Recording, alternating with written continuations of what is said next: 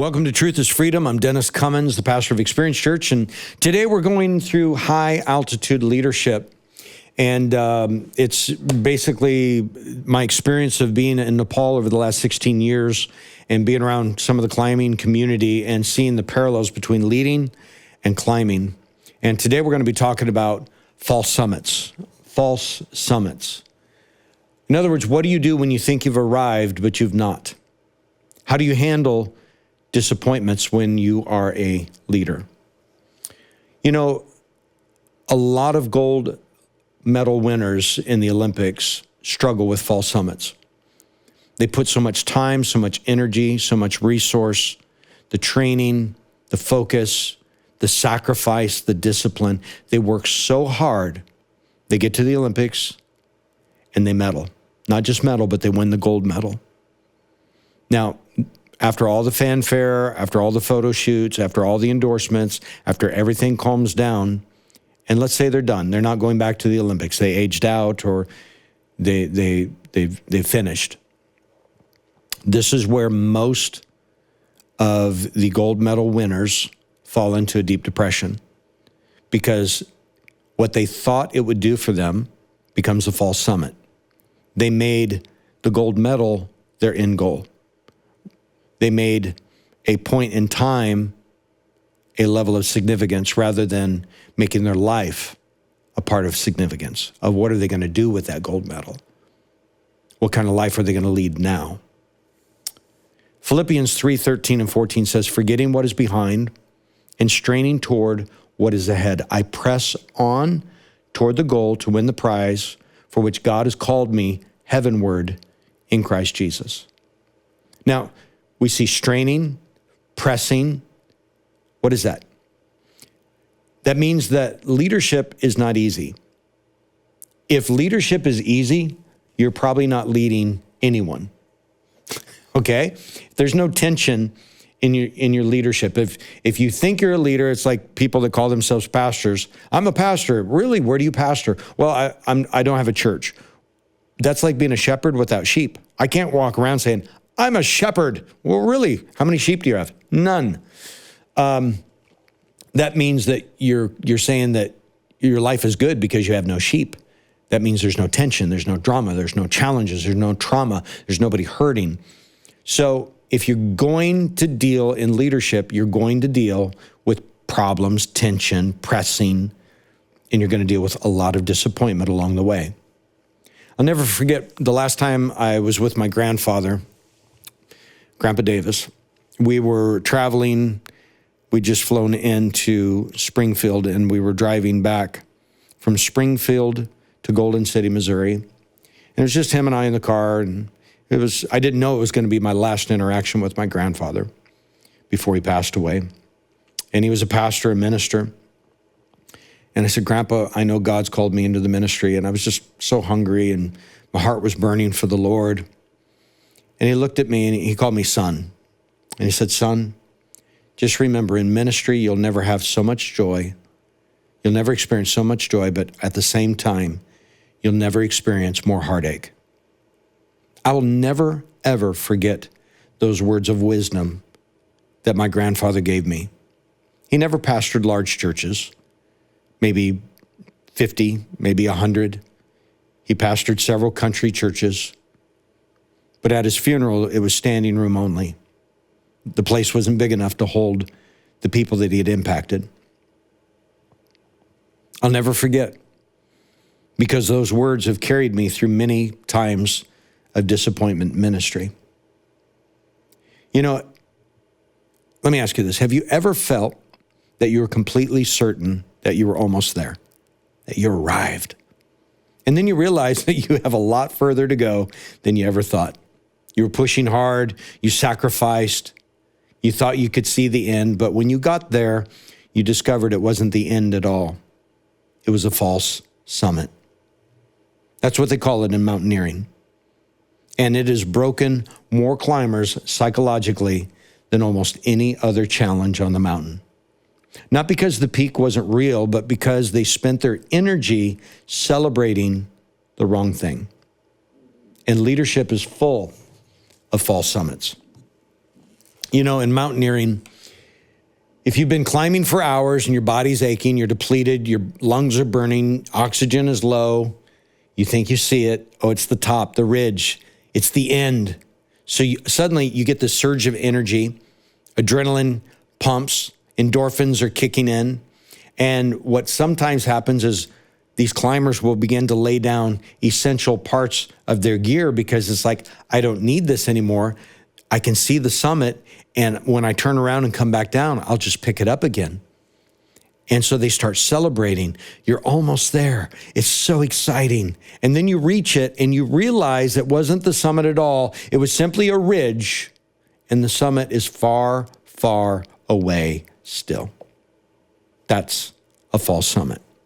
And the problem isn't just that you're not there yet. The problem is that you've spent energy, emotional, physically, and spiritually. You've laid down equipment that is necessary for you to get. And now if you're going to survive your climb, you have to go back down, pick that stuff up, and then go back up again. And you end up depleting what you needed for what was still ahead. So number one, a false summit looks exactly like the real one. And that's why it deceives so many people. That's why it makes it so dangerous. From below, the false summit is indistinguishable.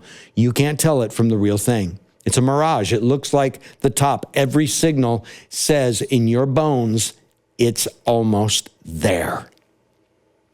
But false summits in leadership look a lot like that too. The church that grew, but it never reached its purpose yet. An income level that felt like you arrived. But actually what happened was it was just a platform. You had another milestone to go over. Maybe recognition that was pointed your way and you thought, that's the destination. If I just achieve that recognition, if I just get that award, if I just win that sales trip, that'll be it. Oh, it'll be so exciting. You go and it's so fun. Then you come back and you go, oh, now what? It was a false summit. If you stop at every high point thinking that you've arrived, you'll never reach where God was actually taking you. And Sherpas know this, okay? They know exactly where the false summits are on every route. Why? Because they've been there before. They're prepared to give the climbers the news. Hey, you see that up there? Don't get excited. That's a false summit. It's not real. We got a long way to go still. Why? Because they're setting proper expectations. And if you don't have people on your rope team, if you don't have leaders in your life that can tell you, hey, don't get excited about that. That is a false summit. There's so much more that you got to grind out to get where God wants you to go. You're going to be in trouble if you don't have somebody in your life like that. So they say it plainly. That ridge up there that you see, we still got another 8 hours to go. That's not the top. Don't celebrate it. Keep going. You need somebody in your life who has been to the top, and they need to tell you what is still ahead. Number two, the danger is celebrating before you complete. And that's the real damage that false summits do. It's not just about confusion. It's about premature energy that you expend. When climbers think that they've arrived, they relax before they should. They spend emotional reserves on celebrating. They reduce their focus and their intensity at the very worst moment. And then they discover that it was a false summit, and now they have to push harder, but they have less gas in the tank. See, that's what premature celebration does. It's the fastest way to run out of fuel before you finish. So Sherpas will not celebrate false summits. They will acknowledge the progress, but they'll keep the team moving because celebrating at the wrong moment will cost you what completion requires. So yeah, honor the millstone. Hey, you did it. It was a milestone. We achieved this. Wow, it was great. But don't mistake it for the mission. Number three, false summits will reveal who was there for the real journey versus those that were there for just the glory, the selfie, and the notoriety online. When the team discovers it's a false summit, something interesting begins to break down. Some climbers will dig deeper and keep going, okay, because their mind was set on the right thing. Others will completely shut down. What's the difference? It's not talent. It's not even calling. It's not even gifting or ability. Here's the difference. It's why they came. It was their motivation in climbing. It was their motivation behind the pain that they were experiencing. The one who shuts down there wasn't there for arrival. They were there for glory, not the climb. Oh, the summit, that's my goal. No, the climb is my goal. If I get to the summit, that's great. That's the difference. Too many times, false summits are revealed and the goal turns out to be further than you thought. And so what happens is the people that you stay roped in with the team, they're there to go all the way, but sometimes you're gassed out and you're like, that's it, I'm done. I'm tired of this disappointment. Look, hardship doesn't drive away your team. It reveals who is actually a part of your team. Okay? They weren't a part of your team if hardship drives them away. They were never a part of your team. They were there for convenience. They were there for the highlight. They were there for the good feelings, not the difficult ones. And that's what happens in marriage. Every time I do marriage counseling, premarital counseling, I try to help people understand, okay, this is exciting. You're excited and you should be. You're excited about putting your life together. But let me tell you about some seasons to come because you've got some false summits ahead. And your marriage, your wedding, that could be a false summit because you think that's the way marriage is going to be the rest of your night until you hear your husband chew at night while you're trying to watch TV and it's bugging you, or will you stop breathing? It's irritating me, or will you put the lid down, or you squeeze the toothpaste in the wrong spot. What happened? It was a false summit. You are not there yet. Oh yeah, but when we're married 20 years, it'll get better. When we're married 30 years, it'll get better. No, you're not being married for a point in time. You're married for the journey.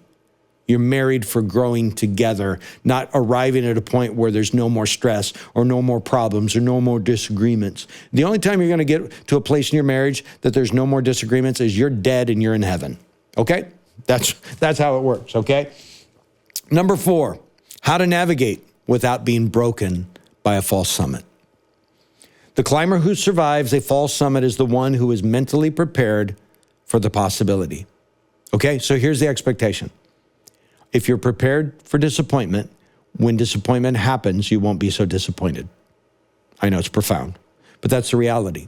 If you're prepared to be disappointed in life, when disappointment shows up, you won't be so disappointed because you know it's a part of life. Letdowns are a part of life. Many are the afflictions of the righteous, but the Lord delivers us out of them all. Amen? So you can navigate them by submitting to a vision that God has given you, not about achievements, not about being achievement driven, but by setting process goals instead of outcome goals. Process goals. This is my process. This is my disciplines. I'm just going to stay with my disciplines, whether I get the achievement or not, whether I get the outcome or not. I'm just going to, because too many times we set dates on outcomes, and that's where our disappointment hits, when we shouldn't hit dates on our outcomes. I've done that many times. I'm in 35 years of ministry at this church alone. And you know what? I've had many disappointments that I've set for myself because, how many times I thought I'd be further along than I am today. Why? Because I set false expectations, false summits. The leader whose identity is tied to the summit will be broken by every false summit. The leader whose identity is tied to the calling will keep climbing. We are called to climb, not to achieve a summit, because the summit is heaven, okay? So we keep climbing. And this is why you have to have people in your life. You know, the Sherpas who have summited multiple times, they have a completely different relationship with false summits. They're expected. They're part of the routine. They're not signs of failure. They're landmarks of progress. So you reframe the false summit. It's not a trick. It's a test of what you're actually made of. And number 5, the real summit is worth the extra distance. How many people have hit a false summit in their marriage, they get divorced, and now they go through things. Now, there are times that divorce is biblically acceptable and needed. It's a part of protection. It's a part of sanity. It's a part of wholeness and health in your life. We get that. But with the divorce rate of almost 50% in this world, And then basically you're looking at a higher divorce rate of second and third time marriages. Why? Because too many times they're setting false summits, wrong expectations, and when it doesn't happen, they tap out instead of holding on to know that if they just hold through that season, things can change. And getting to the summit, the extra distance, the extra challenges is going to be worth it. Every climber who is pushed through a false summit will report the same thing. The real top, the real summit was worth the cost to get there. The view wasn't different. The accomplishment was different because they didn't quit when it got hard. They kept going when it got harder. So what God has for you on the other side of the false summit is always greater than what you would have settled for. And Sherpas know this. Their greatest satisfaction isn't reaching the summit themselves. It's watching a climber who almost quit the false summit stand on the real top. That's the moment that makes everything worth it. Don't let the false summit take what the real summit was meant to give you. I've had that with our girls in Nepal. You know, we're raising our girls in Nepal, and they've hit some false summits. They wanted to quit. They wanted to tap out. They wanted to go back to village. Papa, I'm done. I don't want to do this anymore. I'm like, you're changing your life. Don't quit. Don't give up. I know it's hard right now. I know studying is hard right now. I know it's difficult. I know you're pressured. I know you're stressed right now in life, but don't go backwards. Don't give up. And then when they don't give up and then they see the good out of that, that is a win in my life as a Sherpa in their life to say, yeah, spike the ball. That is a summit moment. So you may be standing on a false summit right now, gassed out. Maybe you celebrated the wrong thing. I'm telling you, don't give up. Or maybe you're looking at a summit and you think that's it, that's the summit. But you just haven't realized it's a false summit yet. And you set a false expectation and you set yourself up for disappointment on a future date in your calendar. You need to stop and you need to make sure the summit is not the goal. The climb is the goal. Don't spend time for what is ahead and celebrating the wrong things. Honor your achievement. Honor that false summit. What have you done? You've attained a higher elevation than you did before you got up there. But you keep going. You keep climbing. 1 Corinthians 10:12 says, so if you think you're standing firm, be careful that you don't fall. Don't give up. Don't quit.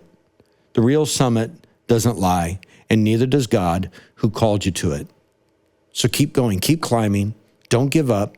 When it gets difficult, don't stop. Make sure you have the right people around you, the right rope team, the right leaders in your life that will be able to tell you, hey, yep, that's a false summit, but it's still good because you're achieving elevation. You're still climbing. So don't put your hope in that one moment. Keep going. Grit it. Gut it out. Dig deep. Make it happen. So there you go. High Altitude Leadership available on Amazon or on DennisCummins.me. Thank you for being a part of it. And remember, truth is freedom.